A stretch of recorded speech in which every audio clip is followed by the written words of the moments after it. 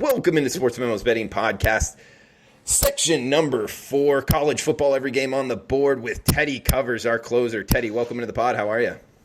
Hey, I'm doing pretty good, Drew. It's been a good month. I got no complaints here in November, other than the fact that we haven't slept all month. How about you, man? Doing good, man. Getting after college basketball now and college football as well. It's off to a good November, so hopefully we can keep this going, man. And I know that you're seeing it well on the college football gridiron, so hopefully you can get some listeners on more winners than losers here in the last few games of the card. We got Pittsburgh, Virginia Tech up first in the ACC. We're going 187, 188 through the end of the card on this section of the podcast. Starting off first here in Lane Stadium, we got the Hokies laying 4 at home, 45 the total here, Teddy. Yeah, and of course these two teams playing for, in theory, a chance at a conference title. If Virginia Tech wins, they'll get Virginia next week with the conference title on the line. And that's certainly something that the ACC wouldn't mind. Let's put it that way. But when we look at, the full season versus recent form for these two teams makes a lot of sense. Pitt's been pretty good all year. All right. They've won the yardage battle in every game since opening day. And that includes Penn State, where they were 17-point dogs, and Central Florida, where they were 11-point dogs. They were dogs to Duke. And every game, literally, they've won the yardage battle. And the eye test for Pitt, I'm never impressed with them, you know? And I bet against them last week. I lost in overtime. They weren't a right side. They weren't a wrong side. That was a coin flip type of game for Pitt. But they're pretty good on both sides of the ball. They're not elite on either. Virginia Tech's a team that, you look at them now compared to where they were in September, and they're a lot better. There was talk about Justin Fuente struggling to hold his job, and they were managed 8 turnovers through their first 4 games.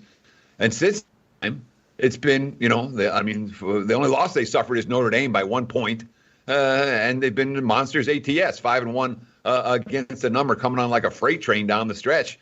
It's difficult for me to step in front of the Hokies at home in a game of this magnitude.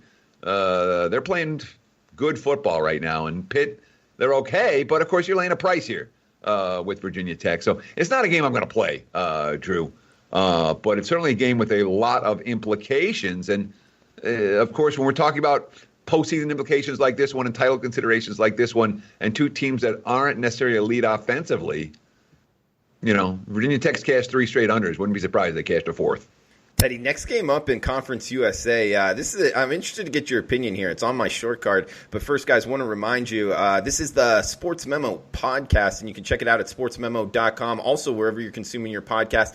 And it is simulcast on YouTube. So if you want to put a face with the voice, you can always watch it that way as well. We got Louisiana Tech at UAB, Alabama Birmingham here. UAB -6 or -6.5 in Legion Field. 44 the total here, Teddy.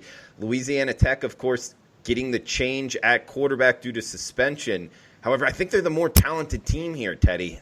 Getting near 7. I think La Tech's the side. How are you viewing this one? I agree that Louisiana Tech is the more talented of these two teams. I am very concerned with what I've been reading about Louisiana Tech. And the whole story with the suspensions last week, recognize this has now become a betting story and an investigation story. Because word was out in Vegas about the announcements. People were talking about it on air about the suspensions before they were announced by the school. The money started moving on Wednesday. The announcements, the money moved big time on Thursday, and the school's official announcement didn't come till Thursday night. And now all of a sudden there's a spotlight on La Tech that they don't need and they don't want. And that's a concern for me, for a team. Again, all their goals were in front of them going into last week's game. And then your quarterback gets suspended and your top receiver gets suspended and you're a no-show and you get blown out. And now you got to place another team on the road. I don't want La Tech this week. And I do believe they are the more talented team. But from a situational standpoint, this one concerns me pretty significantly. Of course, UAB is going to get Tyler Johnson back this week. And with him out, they couldn't do anything. But with him in the lineup, they scored 30-plus 4 straight times. So from a pure talent, La Tech's a more talented team, and maybe this is maybe they step up in a better way than they did last week, but not with my money, man. It's hard for me to get to the window backing a team like Louisiana Tech, who every goal they had in front of them just got killed, and now they got to go on the road and place a pretty good team the following week. Wow, Teddy. So, yeah, great info. I'll pass. There. Yeah, great info, man. I didn't realize all of that, and you're right. Johnson coming back is a big plus for the Blazers, but that will be fun to read up on from an entertainment standpoint as well, what was going on there with Louisiana Tech.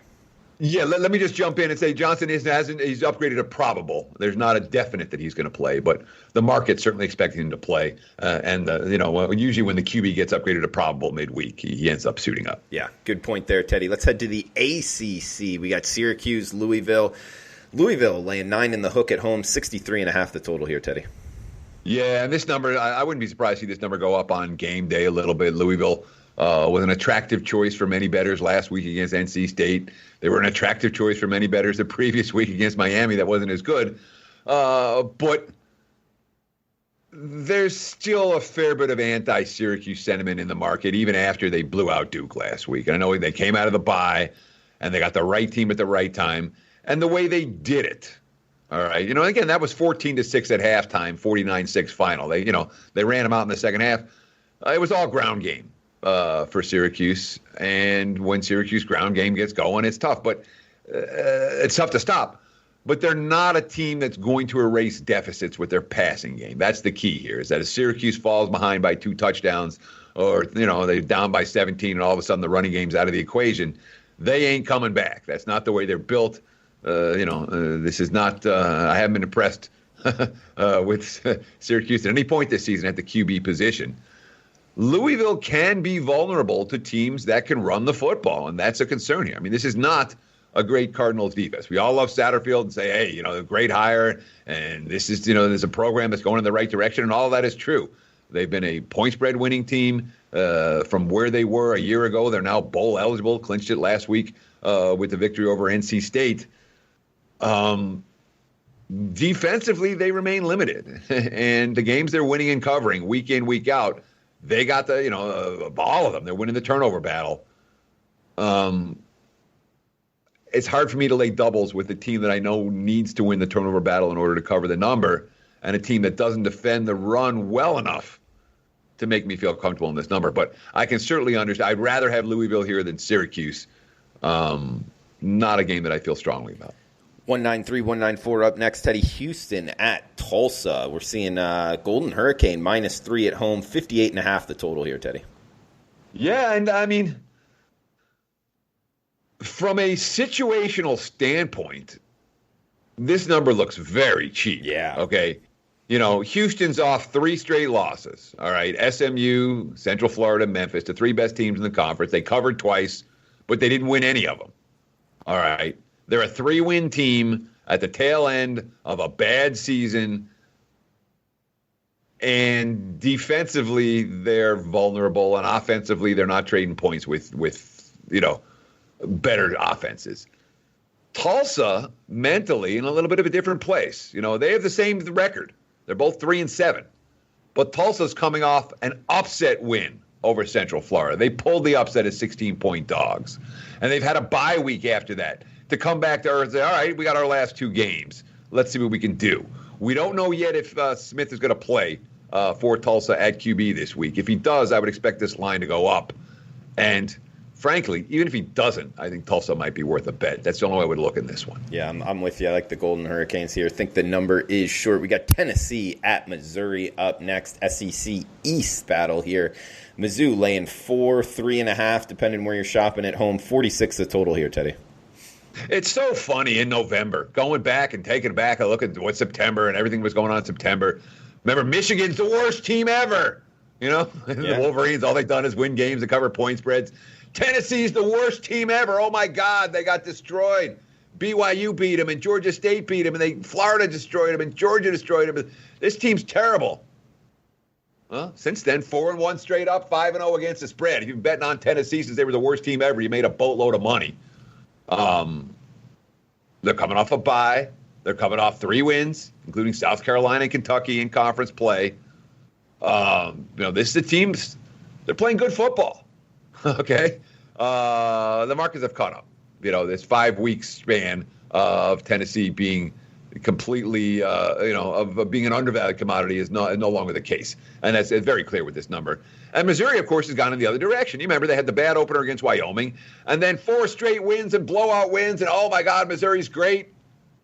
They haven't covered a spread since. They're 1-4 straight up since that span, and then they've lost their last 4 in straight up fashion, and the offense isn't working. Now, they got Bryant back last week. In theory, that was supposed to do something, but it's an offense that hasn't reached 300 yards during this 4-game losing streak. That includes a loss to Vandy. They scored 7 against Kentucky. They have 6 in their last 2 games combined. Again, Georgia, Florida compared to Tennessee, no comparison. But right now, Missouri's offense is broken. I'm not going to bet on them to say, all right, it's fixed right here. It's a step down in class from Georgia and Florida, but these two teams that have headed in completely diametrically opposite roles since their starts were opposite and their back half of the campaigns have been opposite. And I don't want the team trending down. I'm not trying to catch the falling knife with Missouri right now. Not catching the falling knife. The trend is your friend, using all of that on Tennessee this weekend. I think Tennessee's the side as well, Teddy. We head down the card here. 4 o'clock Pacific kick, 197, 198, the rotation number. Battle for the Golden Boot, talking Arkansas versus LSU, Teddy. We got LSU, I believe, laying the largest number. Maybe it's the second largest number in SEC point spread history. 43.5 here, hosting Arkansas. 69.5 the total, Teddy. What's the name of this trophy? Battle for the Golden Boot. Yeah. There's great trophies. The border war on Friday night, all the rivalries, and I mean, this is my question for you. You're from SEC country. There's some real rivalries in the SEC. Is this one of them? I like the name. I don't know. Anytime you bring in Arkansas into the SEC, I mean, obviously in the SEC, they've earned it, everything like that. It's just, it's far out there. It's a campus I actually haven't been to, so I'm not really sure. But yeah, back when Arkansas was good, Teddy, it was definitely a rivalry. But with a point spread of 43.5, not sure how much that's going to matter. Yeah, I mean, there's no series history. I mean, the series history in the last 10 years is competitive games. It was a 7-point game last year. LSU has a Heisman candidate, and they're playing for a national title. So there's going to be a point spread tax with LSU, and the bargains are gone. And we saw last week, they hung 716 yards of offense last week, and they didn't cover the number. Okay? Yeah. That's where we're at with LSU right now. Okay? The bargains are gone. I rarely get involved in games like this. When you start talking about the point, and really, I mean, above 5 touchdowns, I rarely get involved because in those, this is a mismatch game. In theory, LSU can score on every possession. In theory, Arkansas is going to have a rough time. Arkansas has a rough time against everyone. But they fired the coach. They lost by, 4 touchdowns against Western Kentucky at home before the bye. We've seen plenty of teams do this where, they're not good, but off a particularly embarrassing loss with some extra time, they hang. Too many points. If I had to play this one, I could only take Arkansas plus. This kind of reminds me of Rutgers last week, where if you hold your nose and bet it, or UMass last week, they barely hang on. But it does feel a little bit high. And we talk about the highest point spread in SEC history, or one of them. The only way I can look here is towards the dog. And Teddy, as part of that, LSU's defense isn't exactly, top notch. And when we're talking, number 1-ish team in the country, is that something that worries you going forward with betting on LSU? LSU's defense is national championship caliber. Okay. I disagree with the assessment that their defense isn't that good. We've seen them be in a good handful of shootouts. I don't know if their defense isn't Clemson's. I'll put it that way. the Texas game, the Vandy game, the Florida game, the Alabama game. Last week, I'm putting that in somewhat, there was a lot of garbage time in that game, it felt like.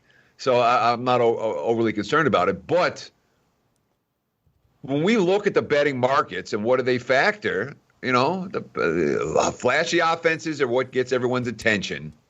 Elite defenses versus good defenses, that differential doesn't necessarily get everyone's attention. So I'm not convinced that when it comes to playoff time, I'll be looking to ride LSU. I'll just leave it at that. Okay, in your assessment on LSU's defense, I mean, I don't think it's as bad as the rankings, depending what rankings you want to go off of, around 40th in the country. And I believe since the start of the BCS era, there's only been one national champion defense outside of the top 25 in terms of total defensive rankings. So LSU at this point in the season isn't in that category. I guess I just wanted to bring it up to you in terms of, not that rankings, especially in college football, are really all that relevant at all. But I did think that stat might have a little bit of relevance, but you don't think so? No, I mean, LSU's defense is not as good as the truly elite defenses. Mm-hmm. I'm with you on that. They're not, and we've seen it throughout the course of the season. Their offense is pretty good, though. Yeah, absolutely. But you ask me right now, LSU's got to have, I'm just going to say it's a minimum. Obviously, the weird things could happen. If they lose this game and next week to A&M, they don't go to the SEC title game. But I have a minimum of 4 games left. Arkansas, then A&M in the regular season finale, and the SEC title game, and then what they hope to be one of 2 bowl games.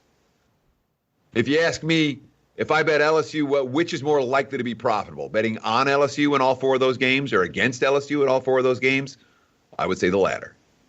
Interesting. Okay, good stuff, Teddy. The time to make money with LSU is come and gone, is what I'm saying. Yeah. You're paying a tax on the Bayou Bengals. I would agree with you on that. We got San Jose State at our UNLV running Rebels, our hometown team here, Teddy.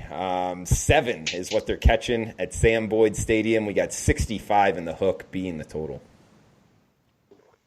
Well, look, I have a free play up on this game at you can read it at sportsmemo.com right now. All right. For as much detail as you want. But I made a case for San Jose State against Tony Sanchez and the Rebels. Sanchez got one more year. Fertitas came in and said this, whatever. I don't want to give too much info away, but there was outside pressure on the program not to fire Sanchez after they didn't make a bowl last year, his 4th season on the job. He said, you get one more year. We'll give you that. There's been issues. And they have 2 wins, coming into their regular season finale. Sanchez is not going to survive this season.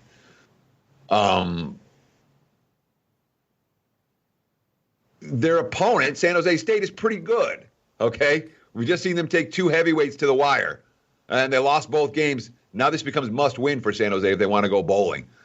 Quarterback play, San Jose can chuck the football around. I've been impressed with this squad. They've been playing well on the road all year. They have, and there's no home field edge for UNLV at Sam Boyd Stadium. There really isn't. It'll be the last game there ever, and they're not selling out, That place will be half full, just like it always is. They'll be in the Raider Stadium next year, and nobody cares that they're going to tear Sam Boyd. I don't even know they're tearing Sam Boyd down. I don't want UNLV, and unfortunately the market's moved. I put it out, open 4.5. I released the free play at 6.5. It's 7 now, unfortunately, but even at this number, and of course UNLV has a game that matters to them next week against Reno. A team they beat last year, and the arch rival from between the 2 Nevada schools. This isn't a game I trust the Rebels. San Jose or pass. And when you said Tony Sanchez gets another year, you were referring to last year, or he's going to? Yeah. That was this season. Yeah, no. Sanchez. This will be his last game in Las Vegas. Okay. He'll be. I would expect. I would be shocked if he survives. Even if they upset Nevada, he's not going to make it. He'll be fired after that game. And have you heard of any route that they're looking at taking for the next head coach? I have not. All right, Teddy, let's move down the line here. We got 201, 202, UTEP, New Mexico State, 55.5 the total, 7 in the hook, New Mexico State laying at home. And it's definitely worth noting. That's something that people ask me all the time. Oh, well, who's going to be the next coach wherever? Or where's this player going to land in free agency? Those aren't questions that I spend any time with. I could care less. Give me the coach and I'll handicap the coach. I'm not going to handicap the coaching search. That's a waste of you know what I mean? Yeah. And people ask me about free agents. Like, where's LeBron going to sign? Like, I know. Yeah. No. My skill set is these are the players on the team. Now handicap that team. So for what it's worth, I really have no idea where the Rebels would go, and I haven't heard a whole lot of rumors. When it comes to New Mexico State UTEP, hey, knock yourselves out. We're talking about one-win teams, and both the wins came in competitive games against FCS foes. I don't trust the Aggies to beat anyone by margin, and I don't trust the Miners to hang with anybody. Bad defenses, bad offense. There's nothing to like about either one of these squads. And I'm sure if someone did some digging, they might find something good. I don't lay points with 1-9 teams, and I don't want a whole lot of 1-9 teams come late November. Easy pass for me. Battle for I-10. Quick pass there. We got ODU versus MTSU. Talking Middle Tennessee State here. Kind of in a free fall overall, Teddy. And now they're having to lay 15 in Murfreesboro. 47 the total here. Yeah, I mean, this is another game. I can tell you what, I don't want Middle Tennessee. No way. When you lose to Rice, when you're only 11.5-point favorites against Rice, or winless, Rice was winless going into last week, and you lose that game at home. And, I mean, it was bad. Rice smacked them. It's not a team with any confidence. It's not a team that's really any good. As you mentioned, they lost 4 of their last 5. They didn't have that blowout win over Florida International. That's dogs. That stands out. Like, how did that happen? How did that happen? They were +4 in turnovers that day. And it was in fact monsoon. And each of their last 2 wins, since there are only 2 wins against D1 foes this season, have come in games where they were +4 in turnovers. That's not a team I'm excited about laying with. And, I mean, Old Dominion, free fall, they haven't won since opening day. And we like them. Oh, yeah, they covered against Virginia Tech. Oh, yeah, they battled Virginia. They were up 17-0 in that game. Since leading Virginia 17-0, they got the last 28 points were Cavs points in that game. I mean, they haven't played within a touchdown of anyone except for San Antonio last week. And San Antonio's garbage. They got outgained in that contest. No, these are 2 teams I don't want. And when you get to this stage of the season, it's pretty easy. You find the Old Dominions of the world and you find your Middle Tennessee States of the world, and they're not bet-ons. So if they're playing each other, leave it alone. Lean under, I guess, if you had to get involved. Either of these offenses do anything? Yeah, I don't know, Teddy. I'm staying away from it. But one here that does have a little interest to me, a little bit better in terms of both teams. We got the Chanticleers and the Warhawks, talking rotation number 205, 206, Coastal Carolina at Louisiana Monroe. 5.5 Monroe laying at home, 64.5 the total here, Teddy. Yeah, I mean, Monroe as home favorite is not a good subset. It's not a good sample size. The sample size is decent. They've been, I think, about 4-13 in their last 17 tries in this role. They've consistently struggled to cover numbers on this field. Although, we did see them. Who'd they beat here? It was Georgia State they beat here, and it was a good game that they played in that contest. But you go in a row. Since the Florida State game back in September, they've covered twice. They're not a point spread juggernaut by any stretch of the imagination. And in theory, Coastal Carolina is going to be able to run the football against them. In theory. Coastal Carolina is another team, everything's gone south for them. Decent start, rough Sun Belt campaign. And when you talk about point spread range like this one, they got to win the game or come pretty darn close. They might be able to keep the Warhawks off the field with their running game, but do I trust the Chanticleers to, notch a road victory? I don't. They've hung tough. They hung tough at Georgia Southern. They hung tough at Arkansas State, covered the number in both of those contests in competitive defeats on the highway. But when you're starting to look at track records from September and October and compare that to November road games, November just feels different. And the teams that are out of gas at a different level at this stage of the season. Not a game I'm going to get involved with.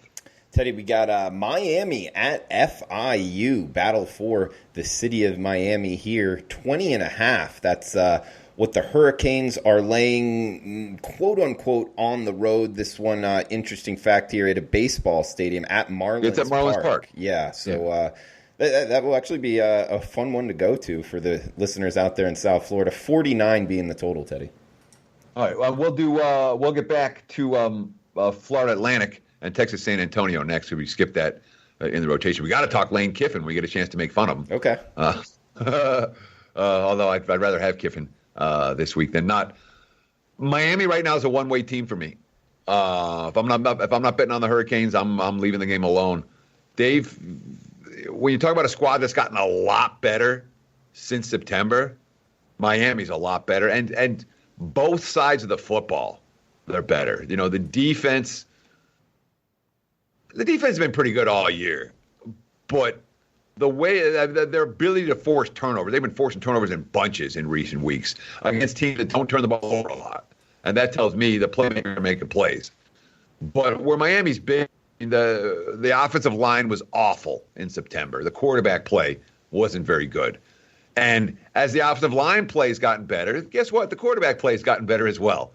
I would be reluctant to step in front of the Hurricanes at Marlins Park. And look, FIU, we saw they couldn't step up in class against Florida International. You know, Middle Tennessee beat them by 33. Tulane beat them by 28. If Miami wants to play, and I think they will, I would expect a one-sided game. It'd be favorite or pass for me in this one. Yeah, and Teddy, my mistake here. Went out of rotation over, but 207, 208 did skip the FAU at Texas San Antonio. Got 57 being the total. The Owls laying 21 on the highway. Lane Kiffin and company, the Lane train. I don't know. I don't think he's leaving Boca Raton, Teddy. I really don't. Why would he? He's making. the whole thing. He's making $1 million a year. And Teddy, when you watch his shows that he does in the local radio, he drives his boat up to the restaurant, does the show, eats dinner, and goes. He's living a great life down there, man. I don't think he's leaving. And why would he? You know, the whole concept of, if you're at this program and you're only making $1 million a year, well, you're not. You know, it's like no. It's not a bad line. It's okay. You know, he's not coaching Alabama for $6 million a year. Okay, you know, this is a good job for Lane Kiffin. Yeah, and this is a Florida Atlantic team that is clicking right now, and I do not want to step in front of them. And Texas San Antonio again. When you're talking, and somehow that team's got 4 wins. They beat Old Dominion by a point. They beat Rice. They beat UTEP. And then Incarnate Word. And, of course, if they win out, if they can beat Florida Atlantic and Louisiana Tech, they'll be bowl eligible. And we'd be making fun of them as being the worst bowl eligible team of all time. But UTSA is not a team I'm excited about putting my money on. And if I'm playing, I'm laying. I'd rather have the team that's rolling than the team that has covered some numbers in defeat. But, San Antonio, if you watch them offensively, they are a little bit rough. I'll just leave it at that. And there's a class difference between these two teams that's fully reflected in the point spread. All that said, if I'm playing, I'm laying. Teddy, the spotlight game for most people here this weekend, although it is a 9 a.m. Pacific kick, kind of oddly enough, Penn State at Ohio State in the Horseshoe. Ohio State laying 18.5 at home, 57.5 the total, Teddy. And it's a really hard game. I apologize. I'm not going to give you a strong opinion on this. It's not a game I'm betting. It's not a game I'm close to betting. If the line moves to Penn State, if the line moves to the next key numbers, if Ohio State's 16.5, I'm not excited about laying with Ohio State. If the line goes up to 21.5, I'm not excited about taking Penn State. I don't have a strong take on the over. I don't have a strong take on the under. I'm not playing the game, flat out. So, but we can certainly talk about it. Florida State has been. And I had the opportunity to talk just today with John Murray from the Westgate Superbook. I talked earlier in the week with Arthur DeCesar from one of the Caesars properties here in Vegas, and both of them make it very clear. Ohio State, if not Oklahoma, it's been Ohio State that's been their worst team this season. The problem they've had with Oklahoma is the betting on or against Oklahoma has hurt them. Ohio State has just been Ohio State money every week, and it's been arguably the single worst team in college football for the bookmakers. Last week, the number finally caught up with the Buckeyes in a very flat spot against Rutgers. Ohio State on paper is beating some pretty good teams. Cincinnati, Wisconsin, Florida Atlantic we were just talking about. I mean, that's the Indiana, I guess. They haven't beat anyone as good as Penn State. All right, they haven't played anyone as good as Penn State. Does that mean I want to step in front of the Buckeyes? No. Another team where margins matter, where they've been punching in the extra touchdown all year long, where Penn State's given them a lot of trouble. And if they get the chance, the Buckeyes will not. They haven't taken it easy on anyone. They're not going to take it easy on this team. Penn State's given them fits in recent seasons. And, I mean, Penn State on the road hasn't been any good, Well, they have 17 in Iowa, and they outgained in that ballgame. They won because of a positive turnover margin. They had the game against the Michigan State, where, again, they had 300 yards of offense. It was all turnovers. Against Minnesota, they lost. We haven't seen the best of the Nittany Lions outside of Happy Valley. And defensively, this team is a good notch or two down from where they've been in recent years. And we talk about Clifford, facing a real defense on the road. I don't trust Penn State to hang tough against Ohio State. And there are no more point spread bargains with the Buckeyes. So sidewise is an easy pass. I have a free bet on the game. Maybe I look at the over, but Penn State hasn't done enough offense against good defenses to make me comfortable with that bet. So I would say that the Nittany line, there's some correlation between the Nittany Lions and the over. I don't think Penn State can cover if this is if they're not putting up points, they ain't covering. Let's just leave it at that. 62% all sports November. That's Teddy covers numbers here. He's also 57% in the NFL last 5 years running. That's 197 and 149, 57% in the National Football League. Also NBA since this past February, 57%, 57 and 42. So made some big profits here for Teddy Covers this year. And guys, check out his page at sportsmemo.com. Got the free play up on San Jose State at UNLV. Check it out. In-depth analysis at sportsmemo.com. He's also got a bunch of plays up there right now. And this time of year, best way to get in action with Teddy, you can get his 1-year all-access pass, the rest of the season, any of that. But we got coupon code TC69 at checkout. We'll give you his 7-day all-access pass for less than $10 a day. You'll get every play in every sport he releases for just $69. TC69 is the coupon code for his 7-day all-access pass. We got another good one here in the Mountain West up next, Teddy. 3 games left in the podcast. Boise State at Utah State. We're seeing 52.5 the total here. Broncos laying 9 in the hook on the road.